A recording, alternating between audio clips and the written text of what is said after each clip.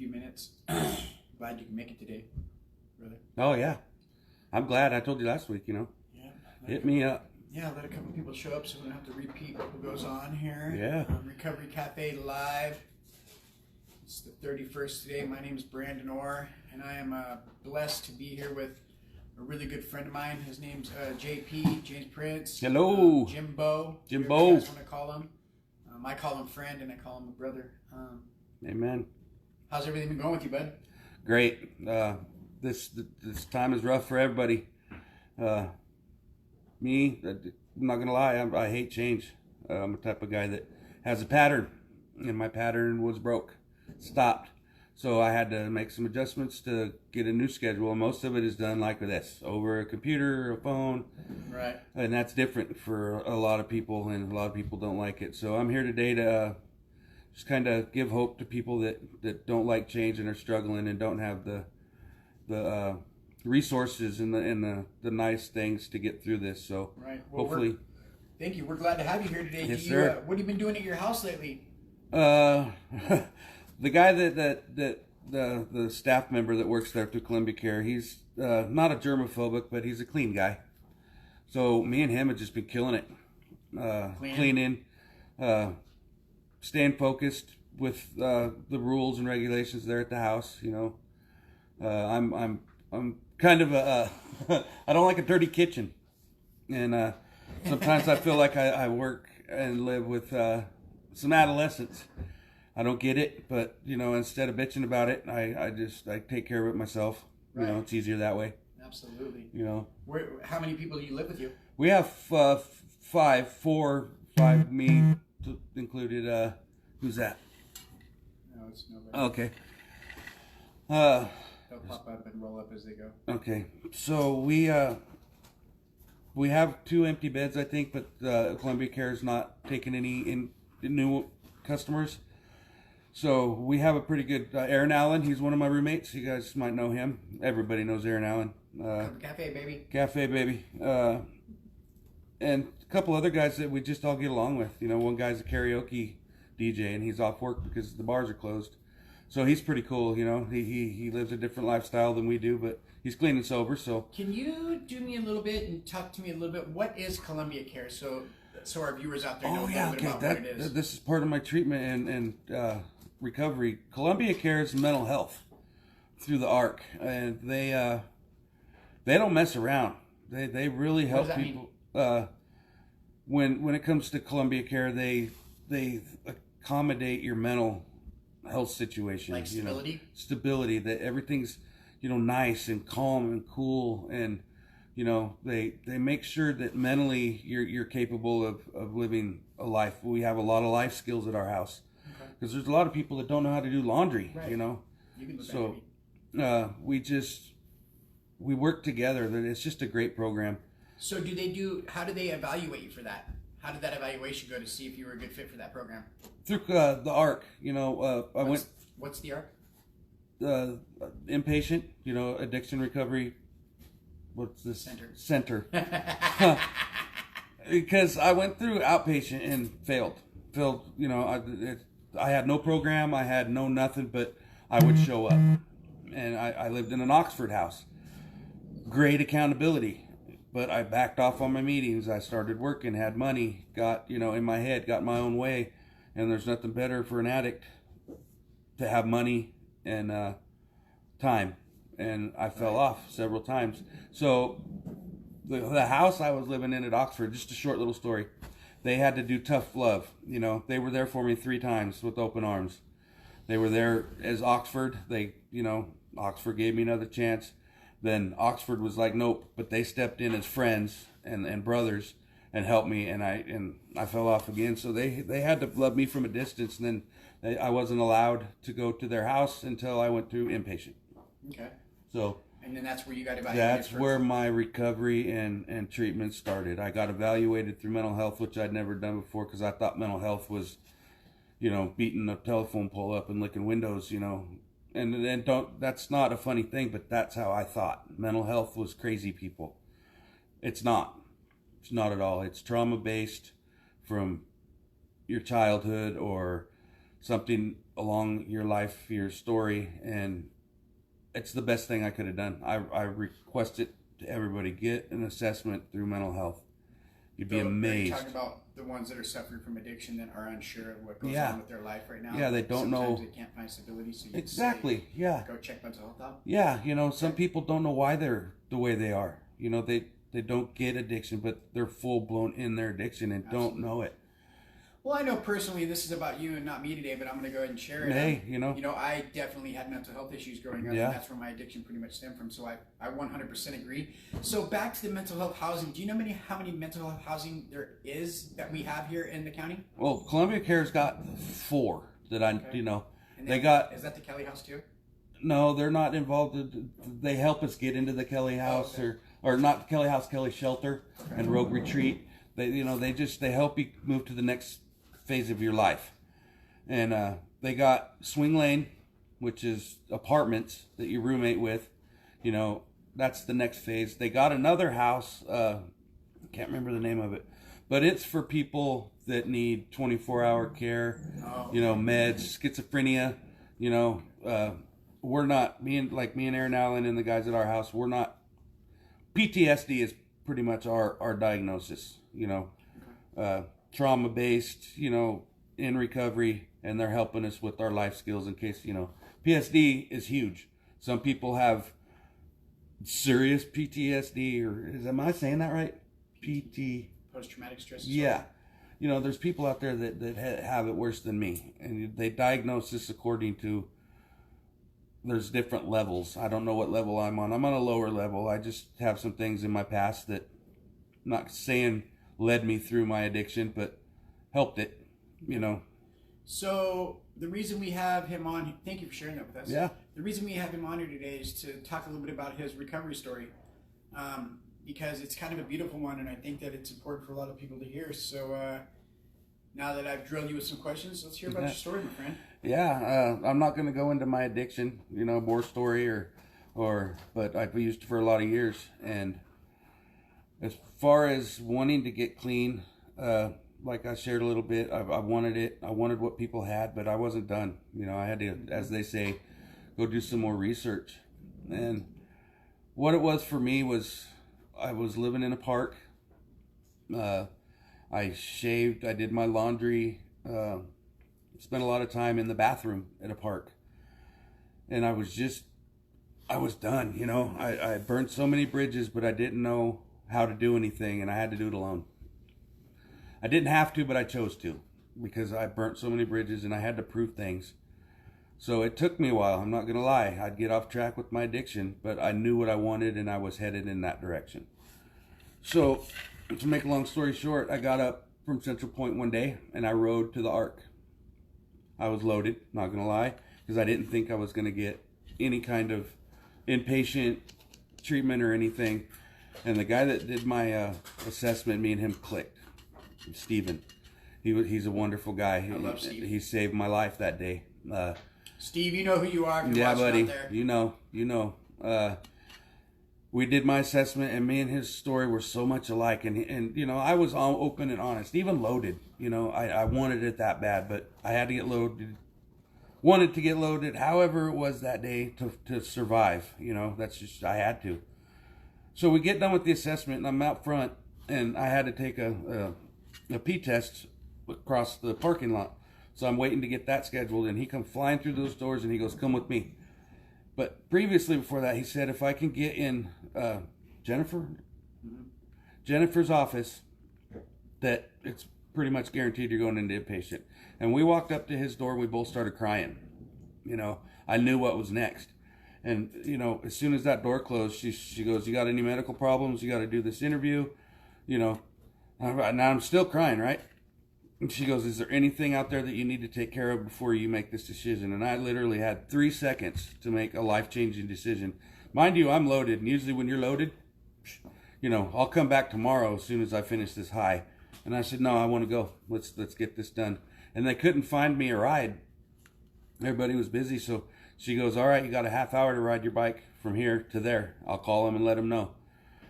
And I was like, oh my goodness. So I jumped over. I went out in the parking lot and was still crying and called my mom. See, I'm getting emotional. Because my mom has been there from day one. But anyway, I called her and I was scared, you know. This was life-changing and I knew it was going to be. And I just told her that I'm going into inpatient and I'll call her and let her know what's going on. And I rode my bicycle to the Grape Street Oxford house, dropped my bicycle trailer there and rode over with my clothes and knocked on the door. And Alan opens the door and he goes, "You got to go up to the main building and get your assessment done." And I said, "No, I don't. Here's my paperwork." And they let me in. And as soon as that door closed, I surrendered. I didn't know what I was surrendering to. I just knew that I wanted something different. I wanted a new way of life, and I was willing to do whatever I was told.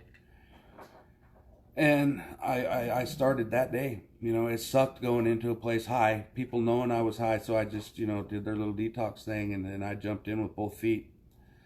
And that consisted of closing my world out, my family, my daughter, and I just did me while I was in there. I got plugged in with my faith about a month and a half, 2 months in, you know. I went to Family Christian Ministries. Brian Barnes took me in there. And I met a man that, I swear, that day was just talking to me. And there was a lot of people there. And I was very uncomfortable. But he got in my thoughts. And man, I was just, gives me goosebumps thinking about it. And I went to the next Bible study. And I told him, I was open and honest with the group. That, I remember that. Remember that? Yeah. I told him, I said, I don't know what I'm doing. You know, I've always believed in God, but I haven't had a relationship with him, and I don't know nothing about the Bible. I picked it up for all the wrong reasons. A lot of us did. And I was saved that day at the end. You know, they all prayed, and I let Jesus back into my life, and it's saved me ever since. You know, I'm still scared and confused sometimes, but his way is the only way. I got into mental health and got plugged in with NA, but the biggest completion of my treatment circle was the cafe. You know, Aaron Allen, he brought me into the doors one Sunday, and Look at all them hearts. so freaking yeah, it's so magical down here, the love. And then when you hear the story about how this place got here, I don't care who you are, where you come from, what your story is. Can't even look at her. I know, bro. You know, it's beautiful. And, you know, I've been here ever since. I got a wonderful circle. Yeah, you do. Yeah, I told myself I wasn't going to cry, but, you know, the love that you feel down here, and, you know, a lot of the people that are here and are members of my church. So we're just one big happy family in all aspects of my recovery and my faith. And, you know, that's just a short story of where I'm at. You know, I got almost 7 months clean. Woo! Yeah. And I worked my ass off for it every day. Yeah, you I've done it different, and I have so much love and support. And I'm not going to say that I struggle daily, especially with what's going on, but I reach out. You know, I do things to get out of my head. I've learned enough stuff now that, you know, I'm not going to say that it'll ever happen, because we're all one decision away from a relapse, but I've learned so much, and my relapses before got me to this seat right here, to be able to talk to you guys, and hopefully somebody out there can get Taylor. There's another inspiration, you know. That's my niece, and she's been by my side since day one, you know. We love you, Taylor. Love you, Taylor Bell. Love you. Man, you're just couldn't ask for a better support family member right there. Where's that right there? Jessica, I have tears. So happy for you and the hard work you are doing. God restores time and renews life. Oh, there, baby mama. Thank you, Jessica. Super duper proud of you, friend. Love you lots. I love you too.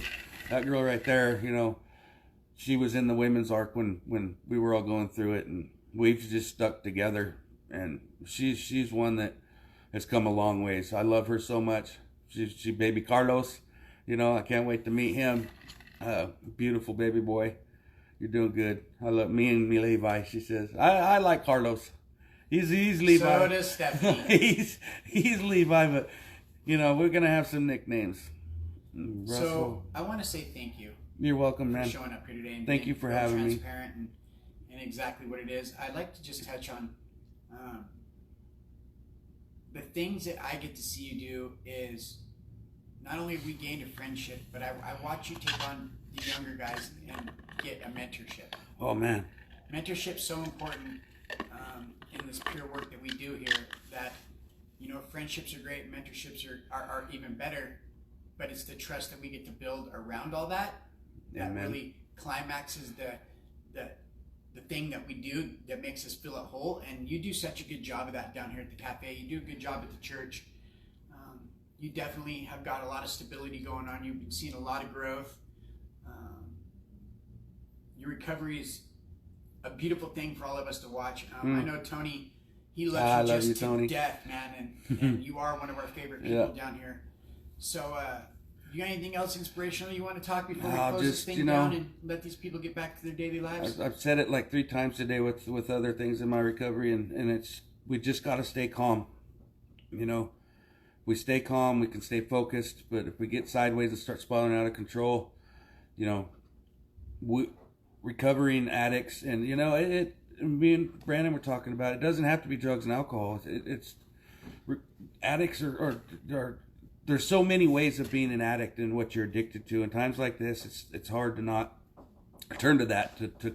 I'm reading some of these. The coping skills of an addiction is huge, and I'm reading Feel Safe and Families Reunited. All this, man, is just stay calm. Just nobody likes change, and we got some changes coming. But if you can stay calm, stay focused, reach out. And don't isolate.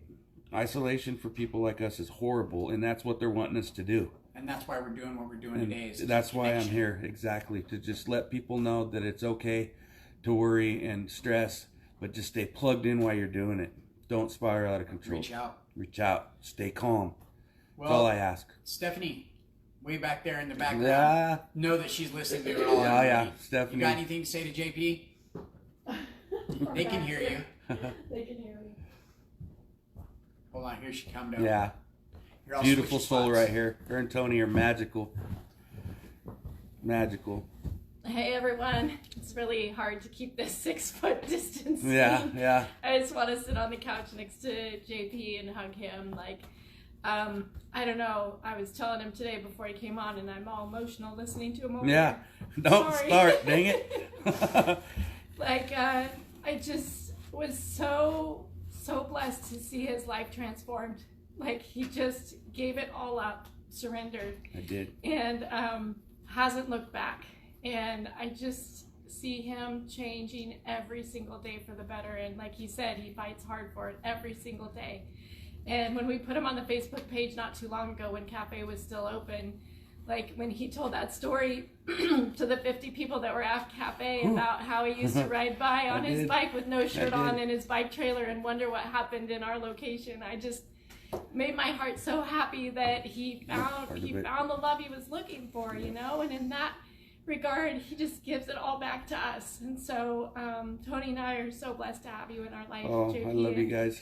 You're our family, buddy. Tony was one of the 4 people that were here when I walked through the door there in Allen, and he was cutting something up, and he came out and he gave me a hug, And as everyone knows, I'm a hugger, and I'm really struggling with this time because you can't touch people and can't even be around people. And I love to hug people. That's just, I'm a hugger. No people know me for my hugs, and I can't hug nothing. So I'm just, I hope this passes. It shall pass. Just stay focused, stay calm, and if you ever need me, just reach out. I got a little bit to offer, but hopefully it'll save a life or two. Yeah, the smile on his face and his dedication and how much he loves what we do. It's just contagious. I thank you so much for being a part of it and for committing to us as much as we commit to you. Appreciate you coming on today. Thanks for having me. We love you guys. Sorry, guys. God bless. Love Thank you and stay tuned. We'll be back tomorrow with a special guest.